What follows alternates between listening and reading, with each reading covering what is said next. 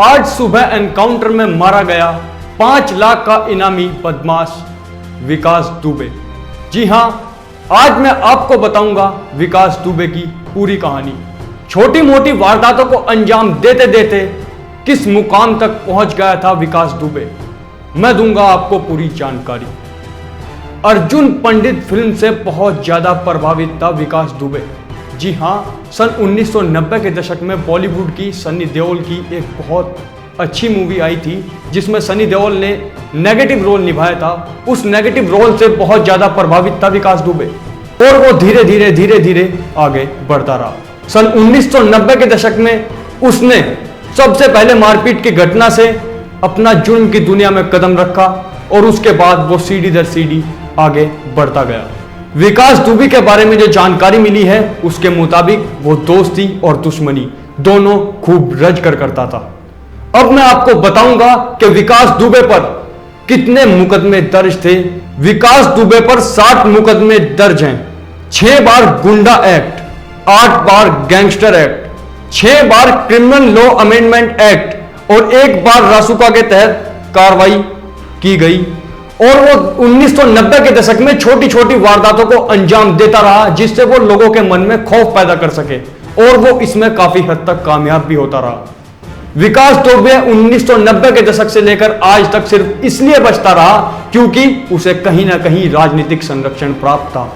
चाहे किसी भी पार्टी की सरकार रही हो, चाहे वह बहुजन समाज पार्टी की सरकार हो, चाहे समाजवादी पार्टी की सरकार हो या फिर भाजपा की सरकार हो, हर राजनीतिक पार्टी ने उसे संरक्षण दिया जिसके बदौलत वो इस मुकाम तक पहुंचा कि उसने इतना बड़ा अपराध करने की अपने मन में ठानी और 8 हमारे पुलिसकर्मियों को अपनी जान गंवानी पड़ी।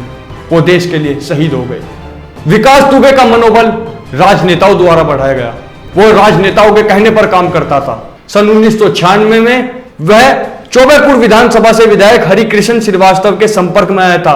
फिर उसने धीरे धीरे उनके लिए काम करना शुरू किया। उसने पॉलिटिकल मर्डर्स करने शुरू किए जिसकी बदौलत उसे संरक्षण राजनीतिक जो था वो प्राप्त हुआ। 1990 के दशक में विकास दुबे का एक साथी राजू खुल्लर, जिसकी बहन सोनू से विकास दुबे को इश्क हो गया और उसने उससे शादी भी की। सन 2000 में इंटर कॉलेज के रिटायर्ड प्रिंसिपल सदेश्वर पांडे की हत्या हुई, जिस हत्या में विकास दुबे का नाम आया। आप देखें कि किस तरीके से एक रिटायर्ड प्रिंसिपल की हत्या कर दी जाती है और फिर भी उस अपराधी को नहीं पकड़ा जाता। सबसे ज्यादा आश्चर्यचकित बात करने वाली यह है कि विकास दुबे का नाम सूबे के मोस्ट वांटेड क्रिमिनल्स की लिस्ट में था ही नहीं। 8 पुलिसकर्मियों के शहीद होने के बाद उसका नाम मोस्ट वांटेड क्रिमिनल्स की लिस्ट में आया और उसके ऊपर 5 लाख का इनाम रखा गया। 1990 से लेकर आज तक सरकार ने उसे मोस्ट वांटेड क्रिमिनल्स की लिस्ट में क्यों नहीं डाला? सन 2001 में राजनाथ सिंह जी की सरकार में मंत्री संतोष शुक्ला की थाने में घुसकर हत्या की। इसमें 2 पुलिसकर्मी भी शहीद हुए। इस वारदात को अंजाम देने के बाद विकास दुबे पूरे प्रदेश में छा गया। उसका खौफ, उसकी दहशत पूरे प्रदेश में फैल गई। आप देखिए कि किस तरीके से वह थाने में घुसकर एक दर्जाधारी मंत्री को मौत के घाट उतार देता है और 2 पुलिसकर्मी भी शहीद होते हैं। इसमें वह गिरफ्तार जरूर होता है पर उसे सजा नहीं मिल पाती क्योंकि कोई भी पुलिसकर्मी या कोई भी व्यक्ति उसके खिलाफ गवाही देने को तैयार नहीं होता। यहां से उसका मनोबल और बढ़ जाता है क्योंकि उसे राजनीतिक संरक्षण प्राप्त था।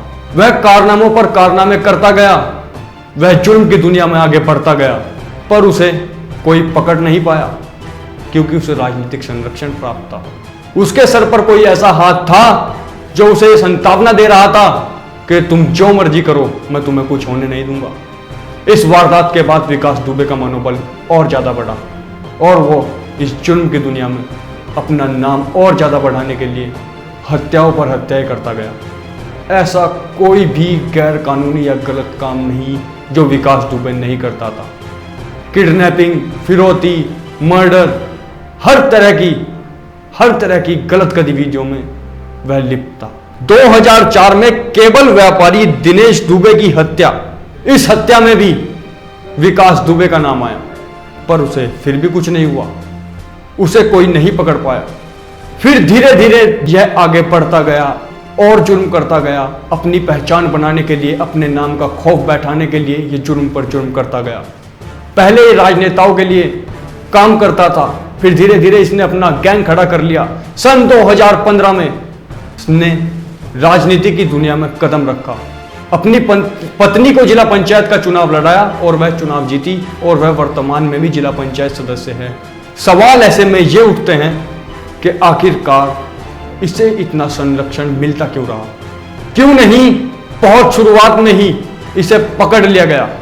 क्यों नहीं बहुत शुरुआत में ही इसे मोस्ट वांटेड क्रिमिनल्स की लिस्ट में डालकर जेल में डाला गया? या इसे क्यों नहीं रोका गया? सवाल यह बनता है कि राजनीतिक संरक्षण पाकर क्या कोई कुछ भी कर सकता है? आज भले ही विकास दुबे एनकाउंटर में मारा गया हो, पर क्या इससे वो 8 पुलिसकर्मी वापस आएंगे जो शहीद हुए हैं? नहीं, वो वापस नहीं आएंगे, क्योंकि वो इस दुनिया से जा चुके हैं। इसलिए मेरी विनती है कि समय रहते जाग जाना चाहिए। सरकार को इस ओर ध्यान देना चाहिए। जब कोई बड़ा कार्य हो उसके बाद ही क्यों सरकार की आंखें खुलती हैं, उससे पहले आंखें क्यों नहीं खुलती? तो ये मैंने आप लोगों को बताया विकास दुबे का सारा काला चिट्ठा। और अधिक जानकारी के लिए हमारे साथ बने रहिए और देखते रहिए एक्सप्रेस न्यूज़ भारत। धन्यवाद।